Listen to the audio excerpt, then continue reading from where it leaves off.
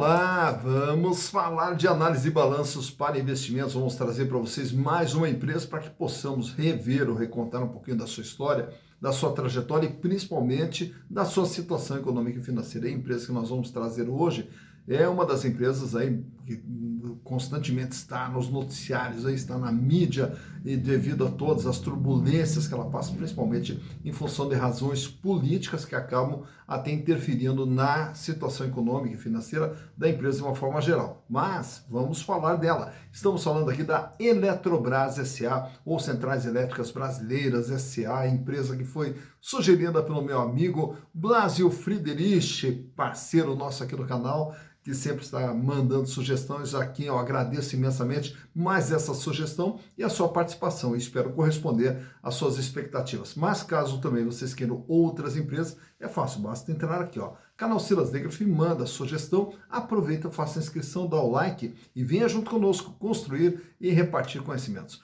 Só antes até de falarmos aqui da Eletrobras, só para também deixar claro que o canal Silas Degraf não se propõe a fazer indicação de investimentos, nem de compra, nem de venda, mas simplesmente é um canal de interpretação das demonstrações contábeis, análise das demonstrações contábeis, justamente para que você possa conhecer um pouquinho das empresas quando for fazer os seus investimentos, pelo menos você ter uma noção das empresas através da ferramenta chamada análise de balanços. Inclusive, ferramenta essa que você pode aprender de forma rápida, fácil, descomplicada, através dos nossos cursos lá na Hotmart. Inclusive, no vídeo aqui na descrição, nós temos o link de acesso ao curso de análise de balanço e também ao curso de valuation. E você pode aprender a fazer análise de balanço, fazer valuation, todo esse processo que nós fazemos aqui, você também pode aprender a fazer com um custo muito baixinho. Entra lá e estarei esperando vocês também na Hotmart. Mas vamos só recontar um pouquinho a história da Eletrobras, já que ela passa por todas essas turbulências aí, né? Que é uma empresa que é criada lá em 1954, ainda no governo Getúlio Vargas, quando foi feita a proposta. Porém, a autorização para o seu funcionamento foi só em 1961, quando já não era mais Getúlio Vargas, aí já era o Jânio Quadros. E aí, na verdade, a instalação, e quando ela começa a funcionar, foi só em 1962, já num outro governo, João Goulart. E a partir dali, então, começa a história da Eletrobras. E qual que era o objetivo da Eletrobras na época? Era justamente desenvolver o Brasil em termos de geração de energia, preparando, né, para a industrialização, para o desenvolvimento econômico do Brasil como um todo, e para isso precisava de energia. E a Eletrobras, ela tinha essa função.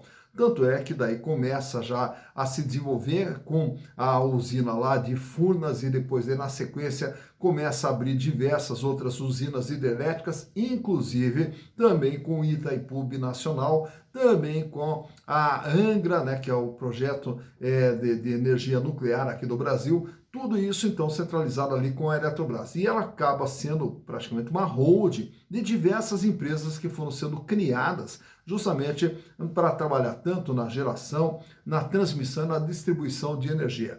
E na sequência, a Eletrobras passou a atuar também como uma espécie de uma reguladora e operadora de todo o sistema de energia do Brasil.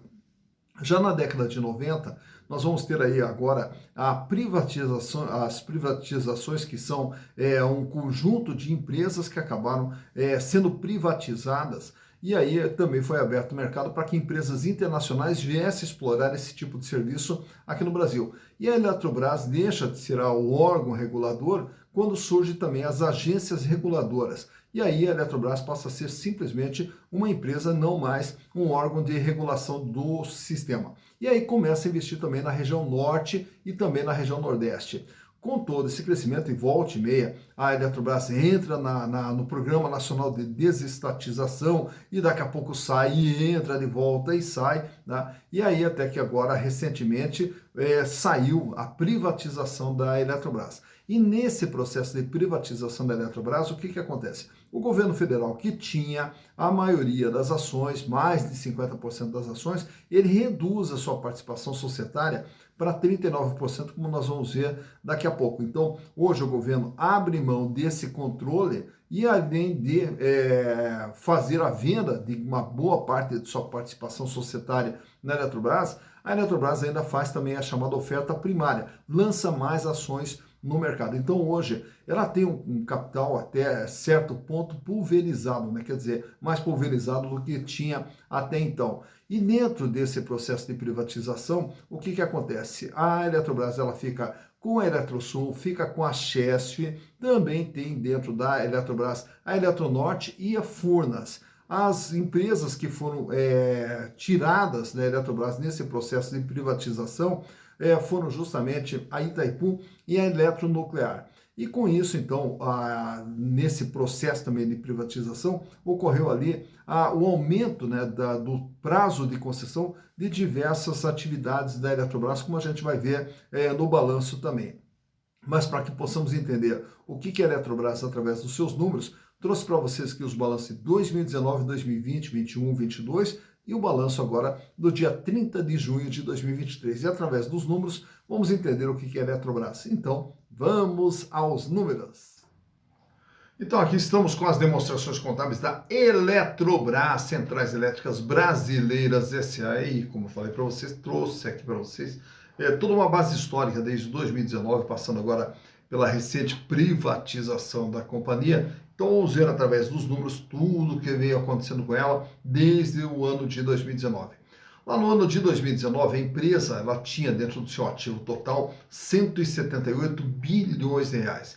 E desse valor aqui, a maior parte vai estar aqui no capital fixo, como imobilizado, que é toda a estrutura de funcionamento da empresa, os investimentos, que é a participação societária que a Eletrobras tem nas diversas empresas nas quais ela participa, ela atuando como uma espécie de holding, e o ativo realizável a longo prazo, que é um grande valor, o valor mais significativo de ser realizável a longo prazo, são os chamados ativos de concessão. Então, é o direito de exploração de uma concessão por um determinado período de tempo, então ele é registrado aqui no realizável a longo prazo.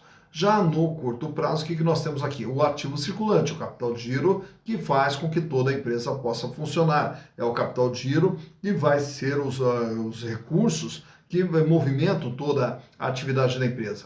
E esse capital de giro totalizava lá em 2019 41 bilhões de reais, sendo que a empresa fecha 2019 com 13 bilhões e 900 milhões de reais em dinheiro, caixa, banco, aplicação, 5 bilhões 281 em contas a receber, outros ativos circulantes aqui de 1 bilhão e 10, e temos também um valor maior aqui de outros créditos, que também uma parte mais significativa desses outros créditos aqui são também os ativos de concessão de curto prazo, que, como a gente falou, nós temos ativos de concessão, que é um direito de exploração de uma determinada concessão por um determinado período de tempo. O direito referente a esse ano é classificado no ativo circulante. O direito referente aos anos subsequentes, aí eles estarão lá no realizável a longo prazo, como a gente viu há pouco.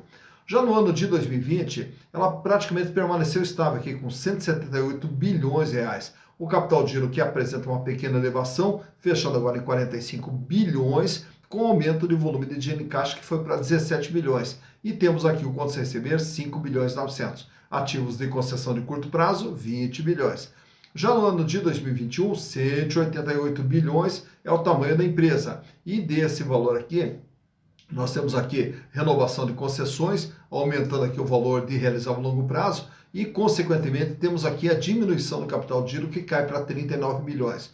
Apesar da elevação do caixa para 18 bilhões, nós temos aqui uma pequena queda, aqui uma queda até um pouco significativa no contas a receber, que fecha com 5 bilhões e 94, e uma queda maior nas concessões de curto prazo. Já no ano de 2022, quando então a empresa ela é privatizada, ela pula para 270 bilhões de reais. E esse aumento todo aqui, aí ele se dá de que maneira?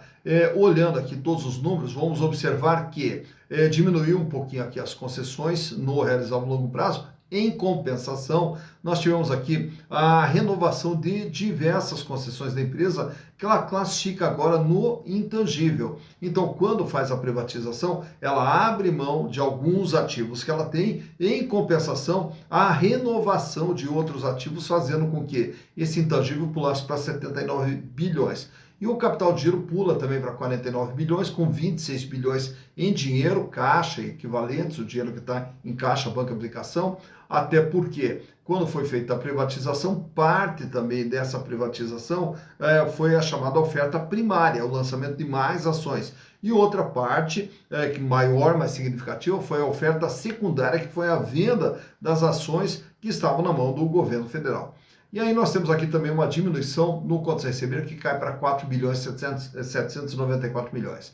Já em junho, 6 meses depois, a empresa fecha com 263 bilhões de ativo e 43 bilhões de capital de giro, diminuindo o volume de dinheiro em caixa para 20 bilhões. E aqui mais uma pequena queda no contas a receber. Portanto, a empresa que vinha com 178, 188, com a privatização ela pula para um outro patamar, 270 bilhões, e agora uma pequena queda nesse ano de 2023. Olhando agora o endividamento, que é composto por dívidas de curto prazo, dívidas de longo prazo, e o total do endividamento, que lá em 2019 era de 107 bilhões de reais, equivalente a 60,2% de todo o patrimônio da empresa. E o capital próprio, 71 bilhões, 39,8%. A maior parte das dívidas aqui, ó, no passivo não circulante, as dívidas de longo prazo. Já no ano de 2020, o endividamento recua aqui para 105 bilhões, com 58,8% o peso da dívida. Já no ano seguinte, o endividamento aumenta, vai para 111 bilhões, e o peso agora passa a ser de 59,4%. Ao fazer a privatização e o lançamento de novas ações, o capital próprio pulou de 76 para 111 bilhões. Então aumentou o capital próprio da empresa e também aumentou o endividamento em 159 bilhões, com 58,9%. E esse aumento de endividamento, principalmente aqui no longo prazo, como nós estamos vendo, e a utilização do capital de terceiros, é que impulsionou a empresa de 188 para 270 bilhões. Já agora em 2023, em junho, a dívida cai para 151 bilhões, com 57,7%. Então está aqui como que vem se comportando também o endividamento 60, 58, 59, 58, 57, praticamente mantendo uma estabilidade no volume de endividamento da Eletrobras. Os resultados apurados pela empresa, que são medidos aqui pela DRE, onde vamos ver aqui em 2019 um faturamento de 29 bilhões, em 2020, 29 bilhões, praticamente mantendo uma estabilidade. Em 2021, o faturamento sobe para 37 bilhões e cai agora em 2022 para 34 bilhões. E durante esse ano vem trabalhando com faturamento de 18 bilhões e meio praticamente, nos dando aqui uma projeção de um faturamento aí pelo menos aí na faixa de 37 bilhões para o ano de 2023. Mais importante do que esse faturamento é essa linha de baixo, que é o lucro líquido do exercício. E o lucro líquido do exercício na Eletrobras fechou lá em 2019 com 7 bilhões e 800, porém ela registra os chamados resultados de operações descontinuadas positivo, fazendo com que o lucro final fechasse em 11 bilhões e 100. Já em 2020, o lucro ele cai para 6 bilhões e 300, apesar que aqui não temos mais resultado de operações descontinuadas. Em 2021, o lucro cai para 5 bilhões e 700, também não temos aqui as descontinuadas. Já no ano de 2022, o lucro cai para 2 bilhões e 651 e ela registra aqui um resultado de operações descontinuadas de 986 milhões positivo, fazendo com que o lucro final fechasse em 3 bilhões e 638. E agora, em 6 meses nesse ano de 2023, a empresa fecha aqui com lucro de 2 bilhões e 300 e registra um resultado de operações descontinuadas negativo de 332 milhões, fazendo com que o lucro final fechasse em 2 bilhões e 24 em 6 meses. Ao projetarmos isso aqui para 12 meses, teríamos que dobrar esse valor aqui para aproximadamente 4 bilhões de reais. Então, são os resultados aqui produzidos pela empresa ao longo desse período. Agora, eu quero trazer para vocês, nesses quadros aqui, como que está a situação financeira da Eletrobras. A começar pela liquidez geral.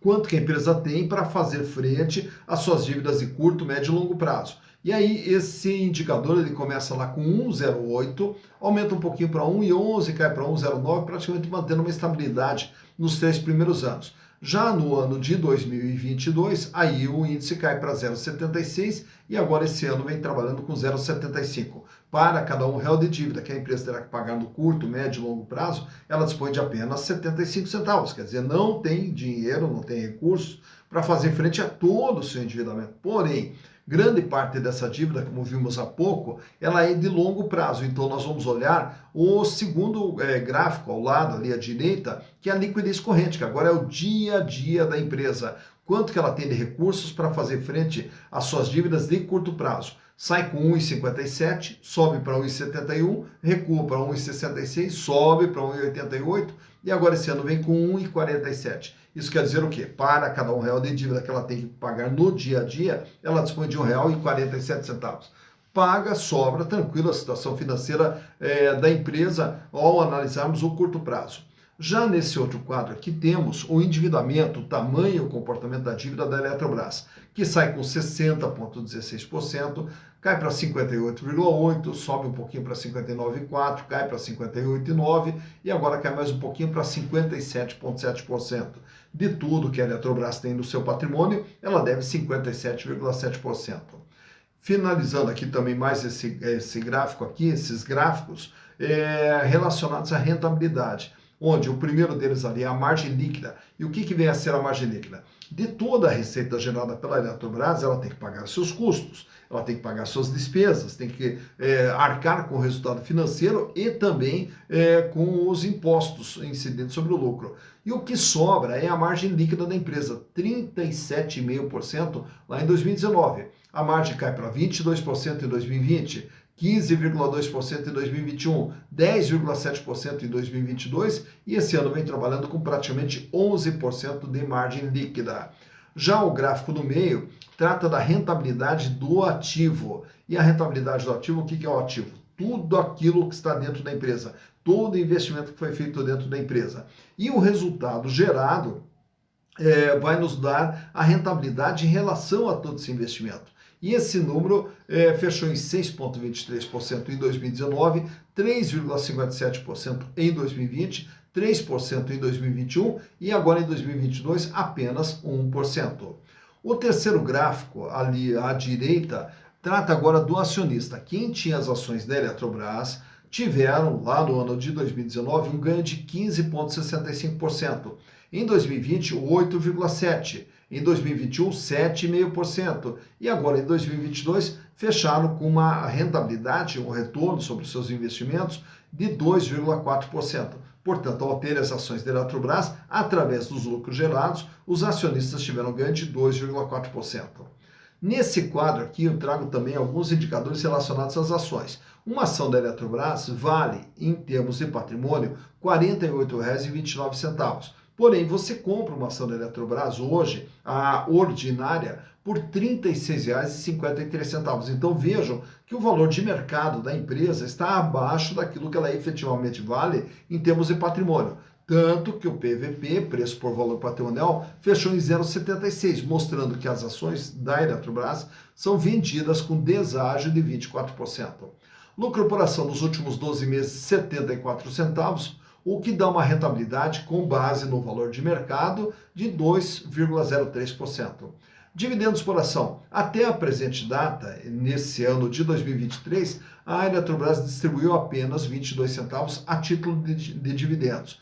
E a relação preço/lucro fecha em 49,36. Isso quer dizer o quê? Ao comprar as ações da Eletrobras, os acionistas vão levar em torno de 49 anos e meio para ter o retorno dos seus investimentos através dos lucros gerados pela empresa. Ressaltando que esse indicador aqui, quanto maior, mais cara é a ação, quanto menor, mais barata é a ação. Free float, 44,11% das ações circulam livremente no mercado, fora da mão dos controladores, e o tag along da Eletrobras é de 80%. Isso quer dizer o quê? Que se a empresa for totalmente vendida e ter o seu capital fechado, é garantido para os minoritários apenas 80% do que for acertado com os controladores ou com os majoritários. E também aproveito aqui, trago esse gráfico mostrando o comportamento do valor das ações da Eletrobras nos últimos 5 anos. Lá em 2018, uma ação da Eletrobras era vendida a R$ 21,54. Ainda em 2018, ali comecinho de 2019, ela já passa a trabalhar na faixa de R$ 37,40. Ainda em 2019, ela chega a bater em R$ 44,50 e aí quando vem a pandemia, ali no comecinho de 2020, você vê que a ação despenca para R$ 16,60. Na sequência, ela já se recupera e volta lá para a faixa dos R$ 39, R$ 38.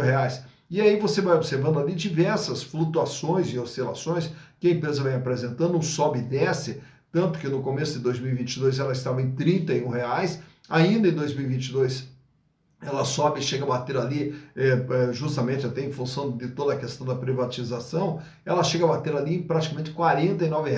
Ao começar 2023, a ação cai para R$ 31, recupera um pouquinho para R$ 38,98 e agora vem trabalhando dentro de uma faixa de preço ali na faixa de R$ 36,53. Então, por aqui você vê quando que as ações da Eletrobras tiveram seu maior valor, quando que elas tiveram seu menor valor e como que vem se comportando o valor das ações da Eletrobras Centrais Elétricas Brasileiras S.A.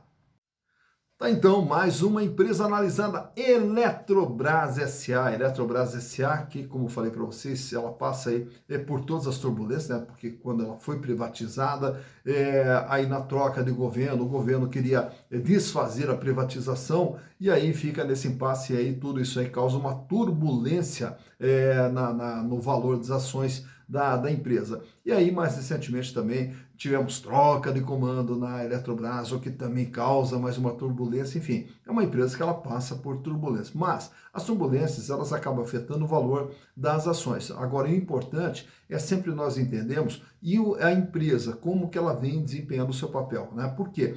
Todas as turbulências, elas acabam sendo corrigidas com o tempo através dos números produzidos pela empresa, os números gerados pela empresa. Então, aí que entra todo o processo de análise de balanço, onde você vai vendo trimestre por trimestre, ou no mínimo ano por ano, como que vem sendo o desempenho da empresa. E se ela vem se mantendo lucrativa ou não, se ela vem se mantendo com o endividamento equilibrado ou não, tudo isso nós vamos ver através da análise das demonstrações contábeis, que é a ferramenta que nos possibilita entender o desempenho da empresa para poder saber se vale a pena ou se não vale a pena entrar de sócio daquela empresa, já que comprar ações é entrar de sócio de alguém, né? E ao entrarmos de sócios de uma empresa, nós temos que conhecer um pouquinho a respeito dessas empresas e os números nos contam toda essa história e nos mostram esse desempenho, para que possamos fazer investimentos sempre com mais segurança, com mais consciência, saber o que nós estamos fazendo e, consequentemente, podemos construir um patrimônio